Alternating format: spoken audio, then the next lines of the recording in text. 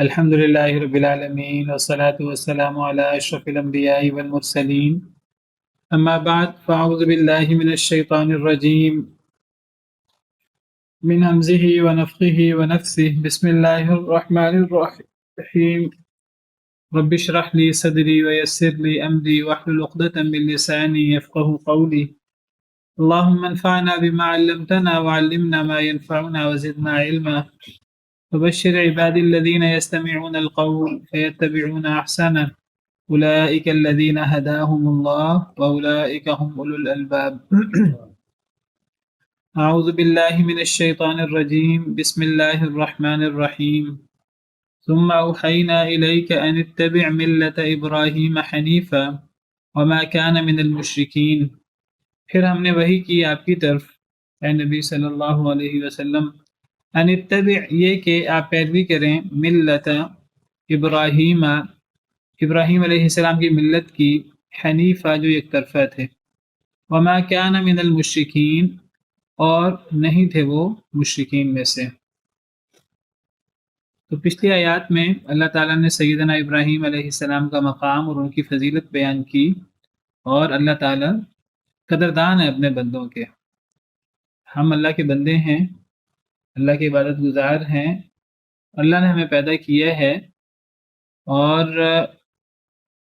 اللہ نے ہمیں اختیار دیا ہے نیکی برائی کا۔ جو نیکی کرے تو اسے اللہ پر کوئی احسان نہیں ہے، اللہ کی نعمتیں بہت زیادہ ہیں، لیکن اللہ تعالیٰ قدردان ہے، اللہ قدر کرتے ہیں، اور پھر اللہ بہت زیادہ قدر کرتے ہیں۔ وَكَانَ اللَّهُ شَاكِرًا عَلِيمًا۔ تو اللہ تعالیٰ اپنے نبیوں کی، اپنے رسولوں کی، نیک لوگوں کی قدر کرتے ہیں، اور اللہ تعالیٰ نے فضائل بیان کی ہیں۔ تو سیدنا ابراہیم علیہ السلام کی فضیلت بیان کی کہ وہ اکیلے ہی ایک امت تھے۔ امت کا ایک معنی امام بھی، حضرت ابراہیم علیہ السلام امام تھے، رہبر، رہنما۔ نبی سے بڑھ کر کون امام ہو سکتا ہے؟ نبی سے بڑا امام کون ہو سکتا ہے؟ اور یہ مطلب بھی ہو سکتا ہے حضرت ابراہیم علیہ السلام اکیلے ہی جماعت تھے۔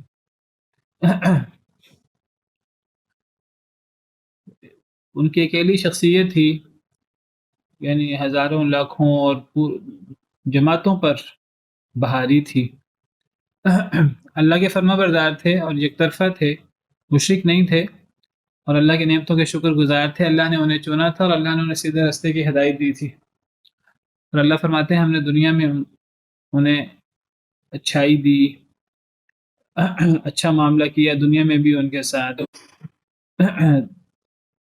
اور آخرت میں بھی وہ نیکوں میں سے ہوں گے۔ تو یہاں اللہ تعالیٰ فرماتے ہیں ثم اوحینا الیک، پھر ہم نے وحی کی آپ کی طرف ہے اللہ کے نبی صلی اللہ علیہ وسلم، ان اتبع یہ کہ آپ پیروی کریں ملت ابراہیم حنیفہ، ابراہیم علیہ السلام کی ملت کی جو ایک طرفہ تھے۔ نبی کریم صلی اللہ علیہ وسلم سیدنا ابراہیم علیہ السلام کی اولاد میں سے ہیں، اور سیدنا ابراہیم علیہ السلام نے نبی کریم صلی اللہ علیہ وسلم کے لیے دعا کی۔ نبی صلی اللہ علیہ وسلم کا ارشاد ہے، آپ نے فرمایا کہ میں اپنے باپ ابراہیم علیہ السلام کی دعا ہوں۔ حضرت ابراہیم علیہ السلام نے آپ کے لیے، آپ کی بعثت کے لیے دعا کی تھی، جس طرح سورہ بقرہ میں ذکر ہے۔ حضرت ابراہیم علیہ السلام نے خانہ کعبہ کی تعمیر نو کرتے ہوئے حضرت ابراہیم اور حضرت اسماعیل نے جو دعائیں کی تھیں، ان میں یہ دعا شامل تھی، ربنا وبعث فیہم رسولا منہم یتلو علیہم آیاتک ویعلمہم الکتاب والحکمۃ ویزکیہم، کہ اے اللہ ان میں ایک ایسا رسول بھیج جو یہ کام کرے۔ تو آپ سیدنا ابراہیم علیہ السلام کی دعا ہیں، اور سیدنا ابراہیم علیہ السلام کی اولاد میں سے ہیں، اور آپ تمام نبیوں کو مکمل کرنے والے خاتم الانبیاء والمرسلین ہیں، اور اللہ نے آپ کو تمام نبیوں کا سردار بنایا مقام اور مرتبے اور فضیلت کے اعتبار سے۔ لیکن اللہ تعالیٰ فرماتے ہیں کہ ہم نے آپ کی طرف وحی کی کہ آپ ملت ابراہیمی کی پیروی کریں جو یک طرفہ تھے۔ اس سے سیدنا ابراہیم علیہ السلام کا مقام اور ان کی فضیلت واضح ہوتی ہے کہ ان کا بہت بڑا مقام تھا، ان کی بہت بڑی فضیلت تھی کہ اللہ تعالیٰ نبی کریم صلی اللہ علیہ وسلم کو بھی حکم دے رہے ہیں، اور گویا کہ آپ کے واسطے سے ہمیں امت مسلمہ کو بھی یہ حکم ہے کہ وہ ملت ابراہیمی کی پیروی کرے۔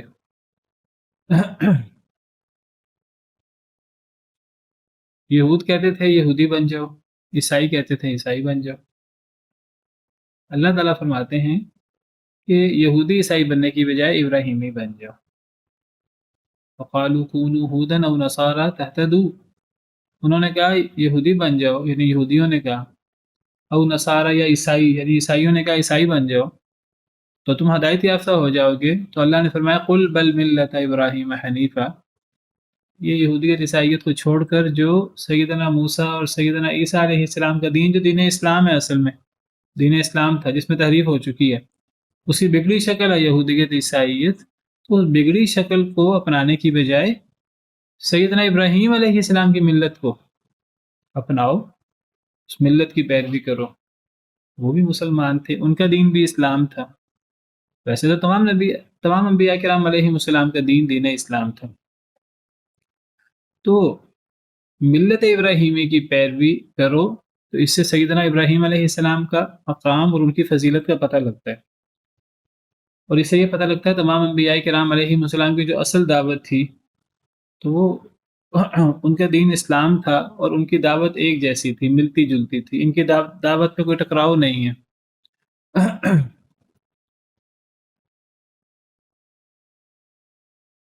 یہاں سیدنا ابراہیم علیہ السلام کی ملت کی پیروی کا حکم دیا گیا. قرآن کریم میں سورہ انعام میں ایک جگہ اللہ تعالیٰ نے بہت سارے انبیاء کا ذکر فرمایا، وہ بھی سیدنا ابراہیم علیہ السلام کے ضمن میں.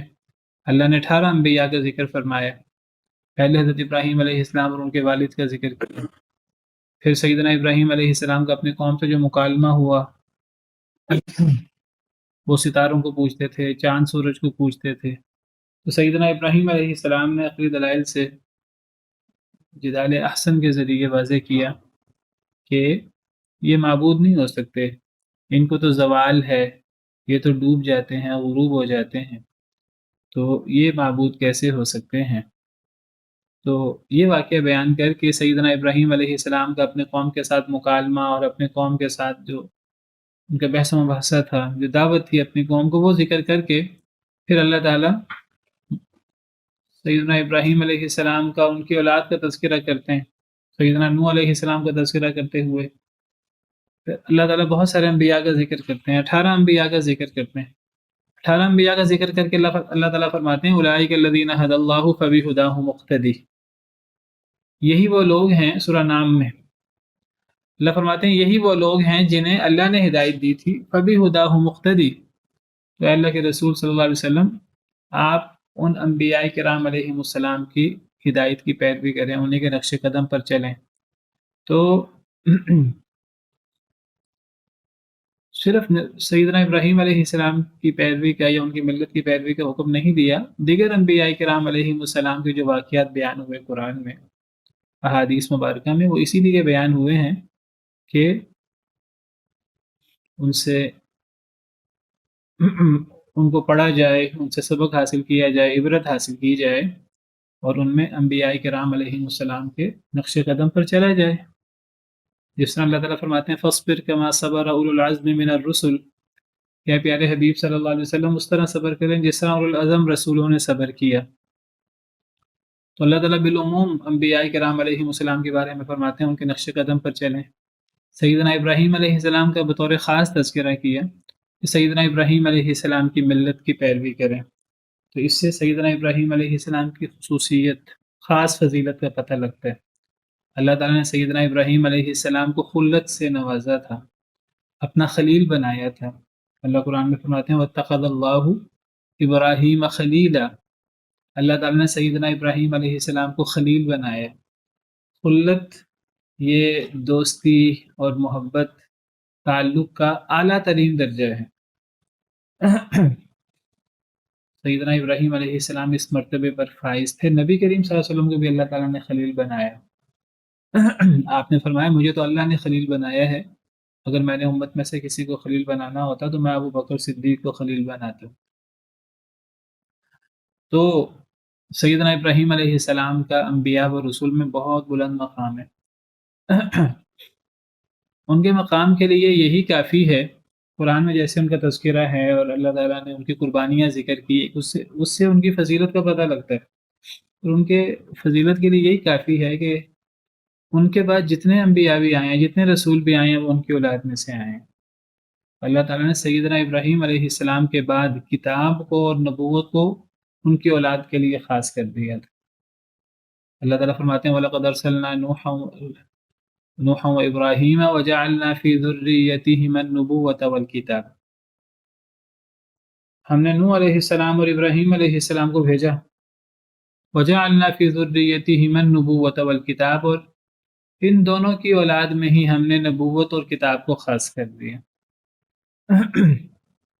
سیدنا نوح علیہ السلام کے بعد تو ایک دفعہ تو آپ سمجھیے کہ جتنے بھی لوگ تھے دنیا میں وہ ایک دفعہ سب ختم ہو گئے، تو ان میں صرف وہی لوگ بچے جو سیدنا نوح علیہ السلام کے ساتھ کشتی میں سوار ہوئے تھے۔ وہ جانور جو کشتی میں سوار کیے گئے، تو وہ انسان جو کشتی میں سوار ہوئے وہی بچے، اور بعد میں پھر انسانوں کی نسل انہی سے آگے چلی ہے۔ وَجَعَلْنَا ذُرِّيَّتَهُ هُمُ الْبَاقِينَ۔ اللہ فرماتے ہیں کہ ہم نے نوح علیہ السلام کی اولاد کو ہی باقی رکھا، تو وہ تو تمام انسان ہی سیدنا نوح علیہ السلام کے بعد وہ ان کے 3 بیٹوں میں سے کسی بیٹے کی اولاد ہے، یا سام کی، یا حام کی، یا یافس کی علیہم السلام۔ یہ سیدنا نوح علیہ السلام کی ایک فضیلت ہے، ایک مقام ہے، اسی لیے ان کو آدم ثانی بھی کہا جاتا ہے۔ سیدنا ابراہیم علیہ السلام جو سام میں سے ہیں، حضرت نوح علیہ السلام کے بیٹے سام کی اولاد میں سے ہیں، تو ان کے بعد ساری انسانیت تو ان کی اولاد میں سے نہیں ہے، حضرت نوح علیہ السلام کے دوسرے بیٹوں کی سے بھی نسل جاری ہے، لیکن حضرت ابراہیم علیہ السلام کے بعد نبوت اللہ نے خاص کر دی حضرت ابراہیم علیہ السلام کی اولاد میں۔ تو یہ جو میں نے آپ کے سامنے آیت تلاوت کی ہے، آیت کریمہ پڑھی ہے، اس سے پتہ لگتا ہے کہ حضرت نوح علیہ السلام اور حضرت ابراہیم علیہ السلام اللہ تعالیٰ نے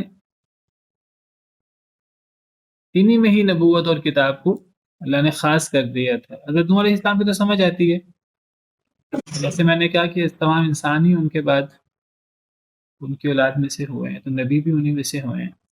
سیدنا ابراہیم علیہ السلام، یہ ان کی خاص ایک مقام اور ایک خاص فضیلت ہے کہ ان کے بعد جتنے نبی اور جتنی کتابیں ہوئی ہیں وہ ان کی اولاد میں ہوئی ہیں۔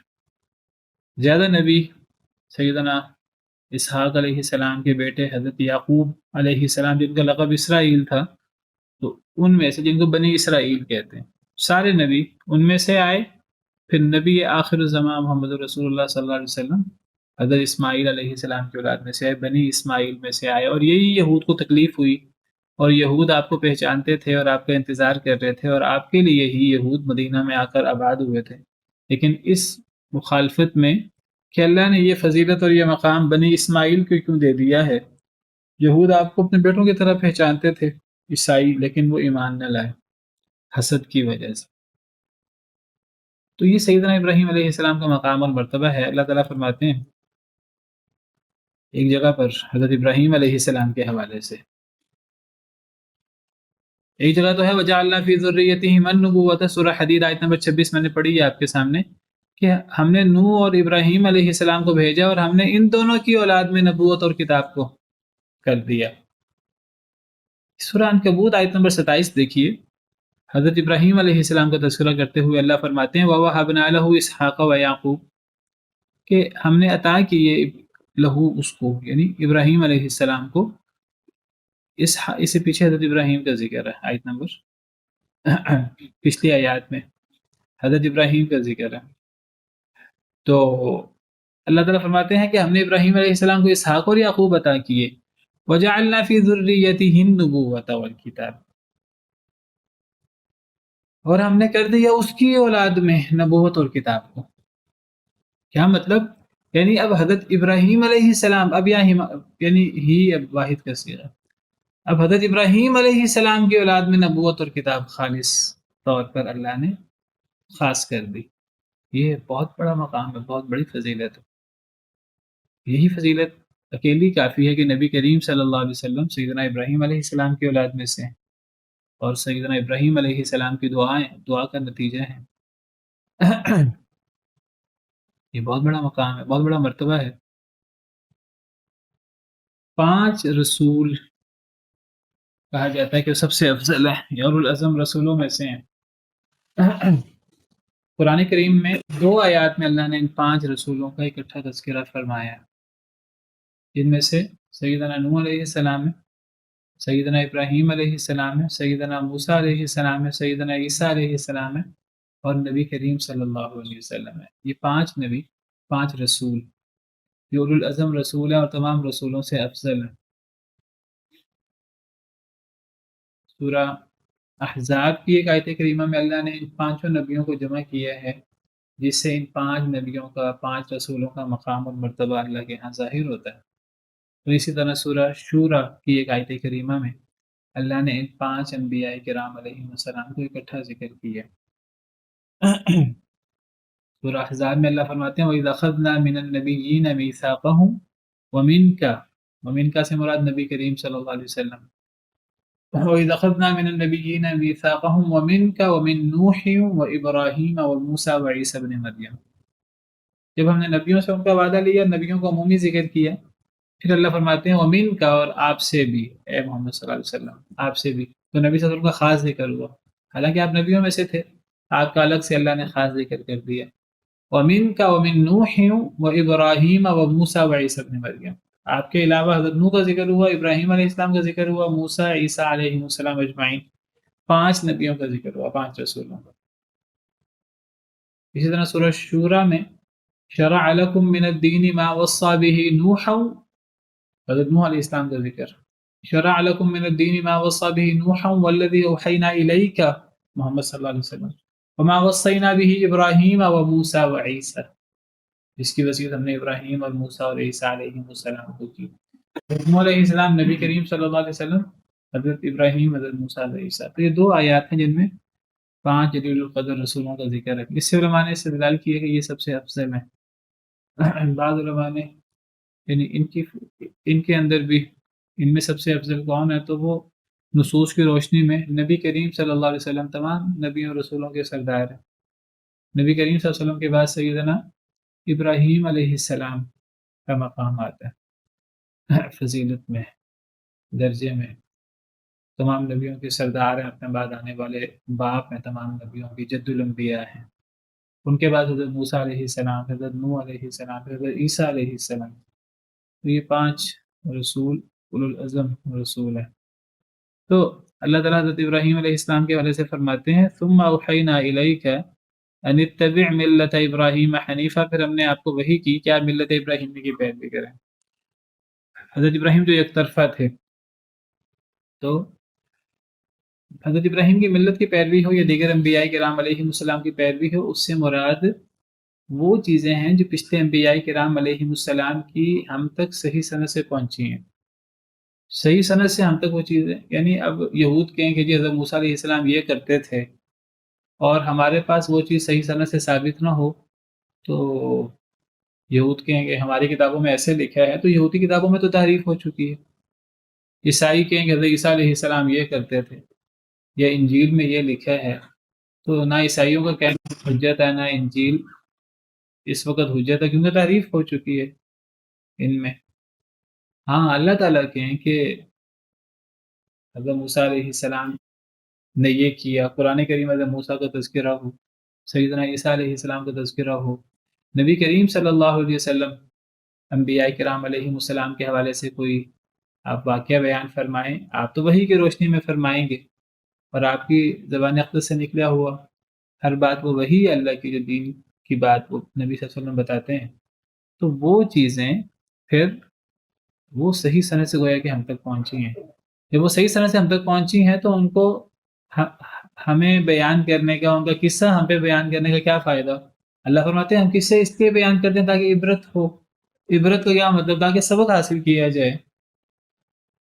تو گویا کہ نبیوں کے جو تذکرے ہوئے ہیں، نبیوں کا اپنی قوموں کے ساتھ مکالمہ، اور نبیوں نے جو تکلیفیں اور جو صبر کیا اور جو دعوت دی، اور جو نبیوں کے کارنامے بیان ہوئے ہیں، نبیوں کے جو فضائل اور جو چیزیں بیان ہوئی ہیں وہ اسی لیے بیان ہوئی ہیں کہ ان کو مشعل راہ بنایا جائے، ان پہ عمل کیا جائے، وہ چیزیں جو قرآن کریم میں ہیں، وہ چیزیں جو احادیث مبارکہ میں ہیں، الا یہ کہ قرآن و حدیث میں کوئی ذکر ہو کہ فلاں نبی نے یہ کیا اور یہ صراحت آ جائے کہ یہ اب ہمیں نہیں کرنا، یہ منسوخ ہے. جیسے حضرت یوسف علیہ السلام کو ان کے بھائیوں نے سجدہ کیا، سجدہ تعظیمی، ان کے باپ حضرت یعقوب علیہ السلام نے سجدہ کیا، ان کی ماں یا ان کی خالہ نے سجدہ کیا. حضرت یوسف علیہ السلام کا خواب تھا کہ انہیں سورج، چاند اور 11 ستارے سجدہ کر رہے ہیں، تو سورج سے مراد ان کے باپ ہیں سیدنا یعقوب علیہ السلام، اور چاند سے مراد ان کی ماں یا ان کی خالہ وہ ہیں، اور 11 ستاروں سے مراد ان کے بھائی ہیں، 10 بھائی جو دوسری ماں سے تھے اور ایک بھائی جو ان کے سگے بھائی تھے بنیامین. تو یہ سجدہ تعظیمی یہ قرآن میں موجود ہے، لیکن ہماری شریعت میں احادیث مبارکہ میں نبی صلی اللہ علیہ وسلم نے صراحت سے منع فرما دیا کہ میں کسی کو سجدہ کرنے کی اجازت نہیں دیتا. اگر میں نے کسی کو سجدہ کرنے کا حکم دینا ہوتا تو میں بیوی سے کہتا شوہر کو سجدہ کرے، تو آپ نے منع کر دیا سجدہ تعظیمی سے. تو ہمیں جس طرح ہماری شریعت میں پہلے ذکر کر چکا ہوں کہ کوئی چیز منسوخ ہو جائے نا، یہ اس کی اہمیت کم نہیں کرتا. کسی شریعت کے احکامات منسوخ ہو جائیں، اسی شریعت میں ہی ناسخ کوئی آ جائے، کسی حکم کا منسوخ ہو جانا، یہ کوئی یعنی کوئی تنقیص نہیں ہے. اللہ کی مرضی ہے، اللہ نے کوئی حکم، کسی چیز کا حکم دیا تھا، بعد میں اللہ نے اس کو منسوخ کر دیا، تو اس میں کوئی تنقیص نہیں ہے، کوئی توہین نہیں ہے کسی آیت کی، کسی نبی کے حکم کی. تو پچھلی شریعتوں میں بھی چیزیں منسوخ ہوتی رہی ہیں، ہماری شریعت میں بھی نسخ ہوا ہے، قرآن کی آیات بھی منسوخ ہوئی ہیں، احادیث مبارکہ میں بھی نسخ ہوا ہے. اور اگر نبی کریم صلی اللہ علیہ وسلم جو بعد میں آئے ہیں، پچھلے نبیوں کی بعض تعلیمات اگر منسوخ ہو جائیں تو یہ ان کی کوئی توہین، کوئی ان کی بے توقیری نہیں ہے. تو جو چیزیں قرآن و سنت میں پچھلے نبیوں کے حوالے سے موجود ہیں اور ان کو نسخ نہیں کیا گیا، ان میں کوئی اصلاح، کوئی ان میں تبدیلی نہیں کی گئی، تو ہمیں ان احکامات کی پیروی کرنی ہے. اس کو شرع من قبلنا کہا جاتا ہے. جس طرح اللہ تعالیٰ نے تورات کے حوالے سے ذکر کیا کہ تو وَكَتَبْنَا عَلَيْهِمْ فِيهَا أَنَّ النَّفْسَ بِالنَّفْسِ، ہم نے یہود پر تورات میں لکھا تھا کہ جان کے بدلے جان، آنکھ کے بدلے آنکھ، کان کے بدلے کان، دانت کے بدلے دانت، ناک کے بدلے ناک، اور زخموں کے بدلے ہیں. تو یہ حکم ہمارے لیے بھی ہے. تو اللہ یہ کہ ہمارے ہاں کوئی تبدیلی آ جائے، کوئی مزید اصلاح آ جائے، کوئی مزید فرق آ جائے، تو اسی طور پر میں نے سورہ نام کی آیت پڑھی کہ اللہ نے سب نبیوں کا ذکر کرتے ہوئے، 18 نبیوں کا ذکر کرتے ہوئے اللہ فرماتے ہیں ہم نے ان کو ہدایت دی تھی، آپ بھی ان کی ہدایت کی پیروی کریں. تو نبی صلی اللہ علیہ وسلم اگر انبیاء کی ہدایت کی پیروی کریں گے، ہم بھی بے حیثیت امتی کریں گے، لیکن وہ ہدایات جو صحیح سند سے ثابت ہوں، اور وہ صحیح سند کا کوئی ذریعہ نہیں ہے ہمارے پاس آج تورات و انجیل، یہودیوں عیسائیوں کے اقوال. آج اس صحیح سند کا ذریعہ ہمارے پاس نبی کریم صلی اللہ علیہ وسلم. آپ کوئی حدیث مبارکہ میں بیان کر دیں یا قرآن کریم میں کوئی چیز آ جائے تو اس پر عمل ہوگا. تو یہی مطلب ہے ان اتبع ملت ابراہیم حنیفہ. اور میں ذکر کر چکا ہوں ملت ابراہیمی سے مراد خاص طور پہ سیدنا ابراہیم علیہ السلام کی ملت میں جو خاص توحید کو جس طرح سیدنا ابراہیم علیہ السلام نے اس کا عملی اظہار کیا، اور جس طرح ایک اللہ کے ساتھ آگے حضرت ابراہیم کے ساتھ ہمیشہ حنیفہ آتا ہے، اور ملت کا ذکر آئے تب بھی حنیفہ، وہ جو انہوں نے اللہ کے ساتھ ایک لو لگا کر باقی ہر چیز سے کنارہ کشی انہوں نے کی اللہ کے بالمقابل. تو خاص طور پہ یہ رویہ توحید کا رویہ، اور اس کے ساتھ عام طور پہ وما کان من المشرکین ولم یکن من المشرکین، شرک کا رد جس طرح سیدنا ابراہیم علیہ السلام نے کیا، تو خاص طور پہ وہ چیز. تو اس سے حضرت ابراہیم علیہ السلام کی فضیلت ایک مقام کا پتہ لگتا ہے. پھر ہم نے وہی کیا آپ کی طرف کہ آپ پیروی کریں ملت ابراہیمی کی جو ایک طرفہ تھے. آپ دیکھیے کہ سیدنا ابراہیم علیہ السلام کی ملت میں توحید کتنی شدت کے ساتھ موجود ہے، اور شدت کہنا نہیں چاہیے، یہ تو عین فطرت ہے، اور عین شدت تو تھوڑا سا یعنی منفی معنی میں اس معنی میں کہہ رہا ہوں شدت نہیں کہنا چاہیے، ورنہ بہت زور کے ساتھ اور اس کا ذکر ہے توحید میں اور تمام نبیوں کی تعلیمات میں، اور اسلام میں نبی صلی اللہ علیہ وسلم کی تعلیمات میں اتنے ہی زور کے ساتھ توحید کا ذکر ہے، اتنی زیادہ اس کی اہمیت بیان کی گئی ہے، اور ہمارے ہاں آج توحید کے بارے میں اتنا ہی کم دھیان دیا جاتا ہے، شرک کے بارے میں پرواہ نہیں کی جاتی، بلکہ یہاں تک کہا جاتا ہے کہ شرک کے بارے میں تو کوئی فکر کرنے کی ضرورت نہیں ہے، یہ امت شرک میں مبتلا نہیں ہو سکتی، یہ بہت بڑا وسوسہ ہے شیطان کا۔ تو ہمیں ہر وقت اپنا جائزہ لینا ہے کہ ہم شرک میں، اللہ کی نافرمانی میں، شرک جلی میں، شرک خفی میں مبتلا تو نہیں ہوگے۔ نبی کریم صلی اللہ علیہ وسلم صحابہ کرام کو آپ نصیحت کیا کرتے تھے، اور آپ انہیں کہا کرتے تھے کہ اپنے آپ کو شرک سے بچانے کی کوشش کرو، اور صحابہ کرام ڈرتے تھے۔ تو تو شرک کے حوالے سے ہر وقت اپنا جائزہ لینے کی ضرورت ہے، چاہے شرک جلی ہو چاہے شرک خفی ہو۔ تو اس کے بعد اللہ تعالیٰ فرماتے ہیں انما جعل السبت علی الذین اختلفوا فیہ، سوائے اس کے کہ نہیں کر دیا گیا ہفتے کا دن ان لوگوں پر جنہوں نے اس میں اختلاف کیا۔ جو ہفتے کا دن کیا گیا، یعنی کیا کیا گیا ہفتے کے دن کو، اس کی تعظیم ہفتے کے دن کی یہ کی گئی ان لوگوں پر جنہوں نے اس میں اختلاف کیا۔ اللہ تعالیٰ نے، اللہ تعالیٰ کے ہاں افضل دن شروع سے جمعہ کا دن ہے۔ نبی کریم صلی اللہ علیہ وسلم کا ارشاد ہے، صحیح حدیث مبارک ہے، اور یہ صرف یہ فضیلت جو ہفتے کے دن کی ہے، یہ فضیلت جمعے کے دن کی، یہ صرف ہماری شریعت میں نہیں ہے، صرف نبی صلی اللہ علیہ وسلم کی تعلیمات میں نہیں ہے، پچھلی شریعتوں میں بھی ہفتے کے دن جمعے کے دن کی فضیلت تھی۔ نبی صلی اللہ علیہ وسلم کا ارشاد ہے، آپ نے فرمایا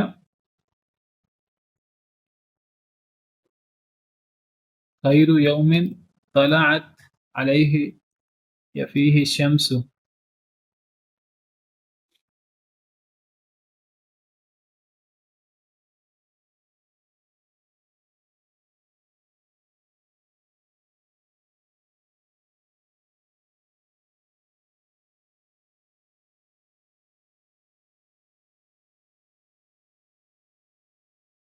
یہ آپ نے فرمایا، یہ صحیح حدیث ہے صحیح مسلم کی، خیر یوم طلعت علیہ الشمس یوم الجمعہ، سب سے افضل دن، سب سے بہترین دن جس پر سورج طلوع ہوتا ہے، یہ جمعے کا دن ہے۔ میں ذکر کر رہا ہوں کہ یہ صرف ہماری شریعت میں نہیں ہے، پچھلی شریعتوں میں بھی ایسے ہی تھا۔ فیہ خلق آدم، اللہ تعالیٰ فرماتے ہیں اسی میں آدم علیہ، نبی صلی اللہ علیہ وسلم فرماتے ہیں اسی میں آدم علیہ السلام کو پیدا کیا گیا۔ وفیہ ادخل الجنہ، اسی دن حضرت آدم علیہ السلام کو جنت میں داخل کیا گیا۔ وفیہ اخرج منہا، اور اسی دن آدم علیہ السلام کو جنت سے نکالا بھی گیا۔ تو جمعے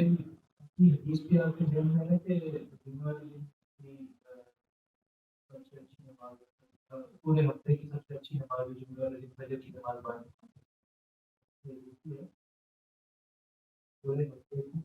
میرا خیال ہے کہ ایسی حدیث موجود ہے۔ فجر کی نماز کی ویسے اہمیت ہے، اور جمعے کے دن کی فجر کی شاید اہمیت ہے، اب مجھے اس وقت الفاظ یاد نہیں ہیں۔ اسی دن جنت سے نکالا بھی گیا۔ دیکھیں آگے ہم اپنی طرف سے وضاحت نہ کریں نا، محسوس یہی ہوتا ہے کہ جب اسی دن نکالا گیا تو اسی دن ہی اتارا گیا ہوگا۔ لیکن سے یہ تو نہیں کہ لوگوں نے اس کو جمعہ مبارک جو ایسے جاتے رہتے ہیں جمعے کے دن، وہ رسم بھی بن گئی۔ دیکھیے جمعہ مبارک کہ جمعہ ایک بابرکت دن ہے، اس معنی میں تو ٹھیک ہے، اب جمعہ کی مبارک دی جائے کہ نہ دی جائے، اصل میں ہم نے جو بھی کام کرنا ہے ہم نے دیکھنا ہے کہ نبی صلی اللہ علیہ وسلم کے دور میں، صحابہ کرام کے دور میں کام ہوتا تھا کہ نہیں ہوتا تھا۔ تو نبی صلی اللہ علیہ وسلم اور صحابہ کرام تو ایک دوسرے کو جمعے کی اس طرح مبارک نہیں دیتے تھے، حالانکہ اس دور میں مبارک دینے کا رواج تھا، نبی صلی اللہ علیہ وسلم نے صحابہ کرام کو رمضان کی مبارک دی ہے۔ جی جی، تو جمعہ کی مبارک دینے کا ذکر تو قرآن و حدیث میں نہیں ملتا، تو بچنا چاہیے اس سے۔ تو اب میں ذکر کر رہا تھا کہ ایک منٹ،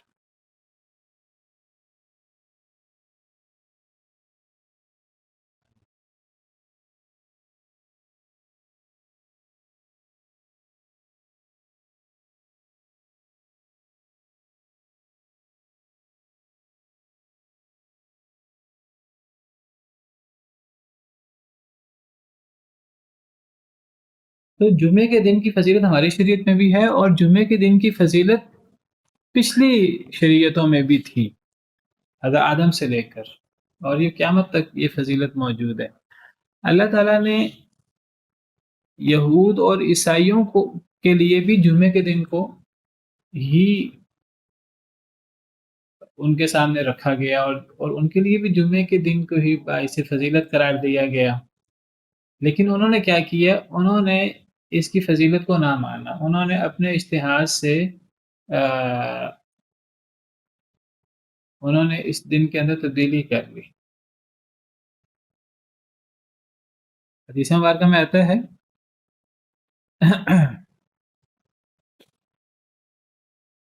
اور اس دن کرنے کے مقابلے کہ ثم هذا اليوم الذي كتبه الله علينا، یہ وہ دن جسے اللہ نے ہمارے اوپر لکھا ہے، یعنی جمعے کے دن، ہدان اللہ له، اللہ نے ہمیں اس کی ہدایت دی، فالناس لنا فيه تبع، لوگ اس میں ہمارے پیچھے ہیں، الیہود غدن، یہود کل، یعنی جمعے کے بعد اگلے دن یہود نے اپنے لیے لے لیا، والنصارى بعد غد، اور عیسائیوں نے پرسوں کا دن، جمعے کے بعد اگلا دن، اتوار کا دن اپنے لیے لے لیا۔ تو یہودیوں عیسائیوں کے لیے جو افضل دن مقرر کیا گیا تھا، دن ان کے لیے بھی جو ہے وہ مقرر کیا گیا تھا جمعے کا، لیکن انہوں نے اس میں اپنی طرف سے اجتہاد کر کے، اپنی طرف سے قیاس آرائی کر کے، انہوں نے اپنے لیے دن چینج کر لیا۔ جس طرح قبلہ کی بات ہے، تو قبلہ جو ہے وہ بیت اللہ تھا، چاہے یہود ہوں، چاہے عیسائی ہوں، یا دیگر انبیاء کرام علیہ السلام ہوں، تو اللہ نے قبلہ بیت اللہ رکھا تھا، لیکن یہود نے اور عیسائیوں نے اپنے اجتہاد سے قبلہ چینج کر لیا۔ یہودیوں نے بیت المقدس کو بنا لیا، عیسائیوں نے یہود سے بھی فرق کرنے کے لیے بیت المقدس کو ہی قبلہ بنایا، لیکن انہوں نے بیت المقدس کا بھی وہ حصہ جو یہود نے نہیں بنایا تھا، یہود کو اور عیسائیوں کو تھوڑا سا فرق ہے، عیسائی بیت المقدس کی مشرقی سائڈ کو وہ قبلہ بناتے ہیں، یہود کسی دوسرے بیت المقدس کے حصے کو قبلہ بناتے ہیں۔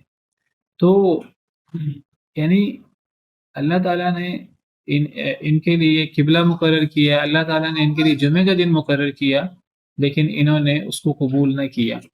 تو جب انہوں نے اپنے لیے، یہود نے ہفتے کو مقرر کر لیا، تو اللہ تعالیٰ نے پھر انہیں جو نافرمانی تھی، ان کا اپنا اجتہاد تھا، تو پھر اللہ تعالیٰ نے کہا چلو ٹھیک ہے، تم نے اپنے لیے ہفتے کا دن مقرر کیا تو ہفتے کی تعظیم کرو۔ اللہ نے ان کو ہفتے کی تعظیم کے لیے اللہ نے فرمایا ٹھیک ہے، اس میں تم نے عبادت نہیں کرنی۔ انہوں نے اس میں ہیلا کر کے ہفتے کے دن انہوں نے وہ ہیلا کیا، اور مچھلیوں کا تجارت کے لیے انہوں نے تالاب بنا لیے، ہیلا کیا۔ جب انہوں نے ہیلا کیا تو اللہ نے پھر انہیں بندر بنا دیا، اور اللہ نے ان پر اپنا عذاب نازل کیا، جس کا ذکر سورہ اعراف میں موجود ہے۔ تو انما جعل السبت، سوائے اس کے کہ نہیں بنایا گیا تھا ہفتہ ان لوگوں پر جنہوں نے اس میں اختلاف کیا،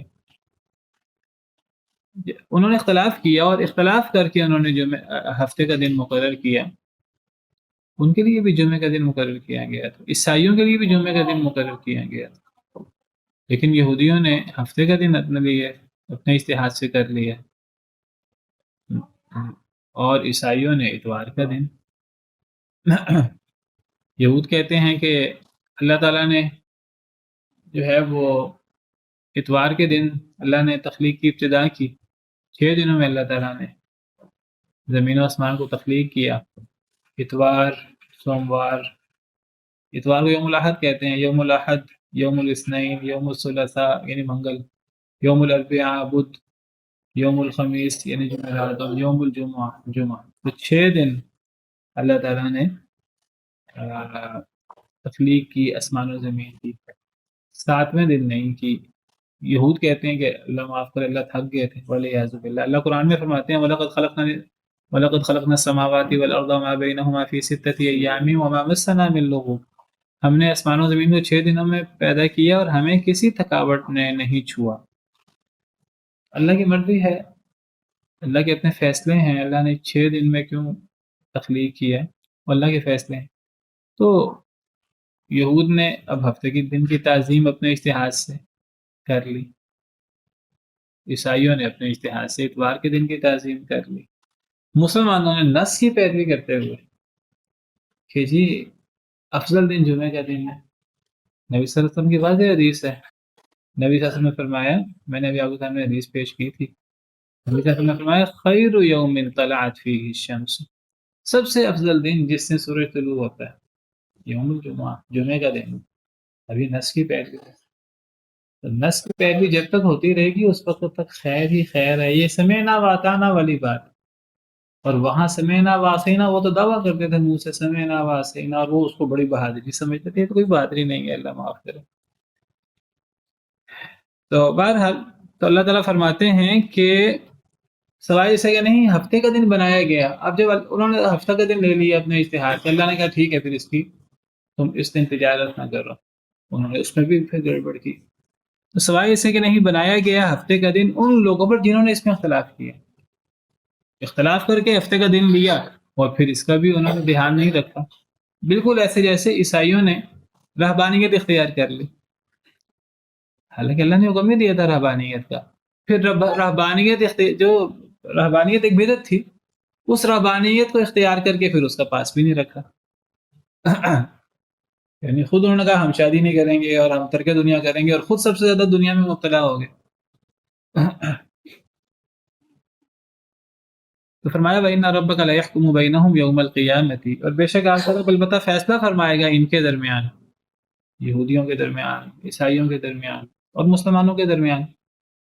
ہفتے کے دن کا معاملہ ہے، ہفتے کے دن کی تعظیم ہونی ہے، جمعے کی تعظیم ہونی ہے، اتوار کی تعظیم ہونی ہے، اور دیگر معاملات جو بھی اختلافات ہیں، تو ان میں اب کون حق پر ہے کون باطل پر ہے، دنیا میں اختلافات حل کر لینے چاہیے نصوص کی روشنی میں، نبیوں کی تعلیمات کی روشنی میں، اللہ کی وحی کی روشنی میں، کتاب کی روشنی میں۔ اگر نہیں حل کریں گے تو اللہ نے تو پھر فیصلہ کرنا ہی کرنا ہے قیامت کے دن، لیکن قیامت کے دن کا فیصلہ اللہ کریں گے، اس میں نقصان یہ ہے کہ جو بندہ غلط ہوگا وہ قیامت کے دن دارالعمل نہیں ہے، قیامت کے دن تو دارالجزا ہے۔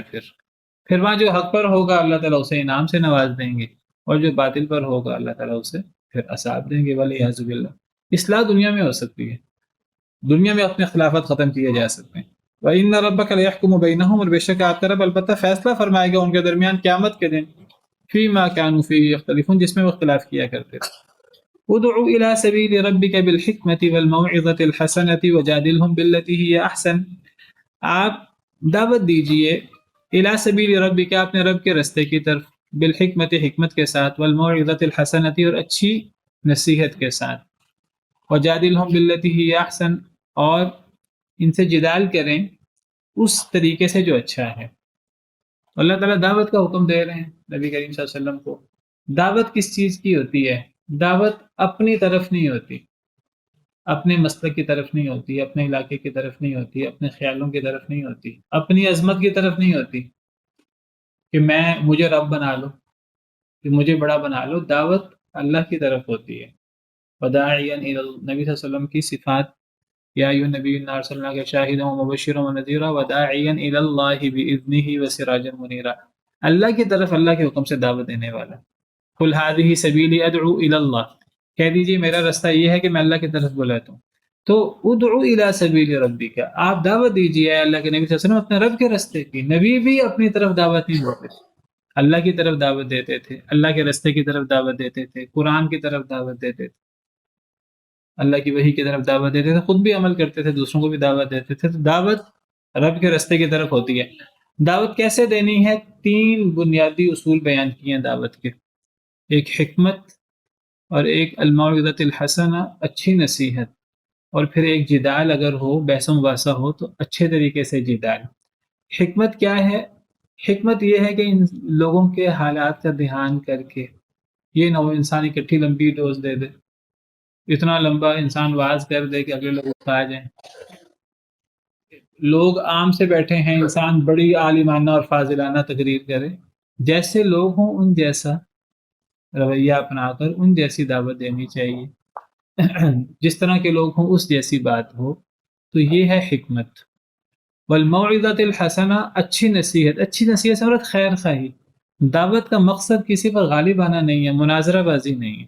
میری بات صحیح ثابت ہو جائے، میں جیت جاؤں، اگلا بندہ ہار جائے، اگلے بندے کو میں غلط ثابت کر دوں. دعوت کا مقصد خیر خواہی، اگلے بندے کو یہ احساس ہو کہ یہ بندہ میرا خیر خواہ ہے، مجھے اللہ کے عذاب سے بچانا چاہتا ہے، مجھے غلط رستے سے بچانا چاہتا ہے، میرا بھلا چاہتا ہے. نبی صلی اللہ علیہ وسلم اتنے خیر خواہ تھے کفار کے دعوت دینے میں کہ اللہ نے آپ کو تنبیہ کی کہ آپ اس میں آپ ان کے پیچھے اپنے آپ کو ہلا کر ڈالیں گے ان کو دعوت دینے کے لیے. آپ اتنے خیر خواہ تھے اور اتنی آپ ان کی ہدایت کے لیے کوشش کرتے تھے، ان کی خیر خواہی کے لیے. وجادلہم باللتی ہی احسن، اور ان سے جدال کریں اس طریقے سے جو اچھا ہے. اگر بحث و مباحثہ کرنا پڑے، دلائل دینے پڑے، تو اس کے اندر غصے میں نہیں آنا، اس کے اندر جیتنے کی کوشش نہیں کرنی، اس کے اندر گالم گلوچ نہیں کرنا، اچھے طریقے سے نرمی کے ساتھ بحث و مباحثہ کرنا اچھے طریقے سے. ان ربک هو اعلم بمن ضل عن سبیلہ، بے شک آپ کا رب وہ زیادہ جانتا ہے اس کو جو گمراہ ہے اللہ کے رستے سے. وهو اعلم بالمهتدین، اور وہ زیادہ جانتا ہے ہدایت یافتہ لوگوں کو. یعنی اگر اللہ کے رستے کی طرف دعوت دی جائے اور ان اسالیب دعوت کو اپنایا جائے، حکمت، اچھی خیر خواہی اور جدال احسن کو، اس کے باوجود ضروری نہیں ہے کہ اگلا بندہ آپ کی دعوت قبول کر لے، اور آپ کا بھی یہ کام نہیں ہے کہ آپ اس کو زبردستی دعوت دیں. آپ کی تم میری بات مانتے کیوں نہیں ہو. انسان دعوت تو دے سکتا ہے، پیغام تو پہنچا سکتا ہے، لیکن انسان دروغہ بن کے جبر تو نہیں کر سکتا. فذکر انما انت مذکر لست علیہم بمسیطر، آپ نصیحت کریں، آپ کا کام نصیحت کرنا ہے، آپ دروغہ نہیں ہیں. لست علیہم پہ جب بات، آپ اس پہ جبر کرنے والے نہیں ہیں. تو آپ دعوت دیں. اب اس دعوت کے بعد کون ہدایت قبول کر لیتا ہے یا کون گمراہ ہوتا ہے یہ اللہ کو پتہ ہے، کہ اللہ پہ چھوڑ دیجئے. انما علیک البلاغ واللہ بصیر بالعباد، آپ کا کام پہنچا دینا ہے، اللہ بندوں کو دیکھنے والا ہے. اب اللہ پہ چھوڑ دیجئے، اب زبردستی ان سے ڈنڈے کے زور پر ان سے جو ہے وہ حق قبول نہ کروائیے. چلیں اتنا ہی کافی ہے. سبحان ربک رب العزت عما یصفون وسلام علی المرسلین والحمد للہ رب العالمین.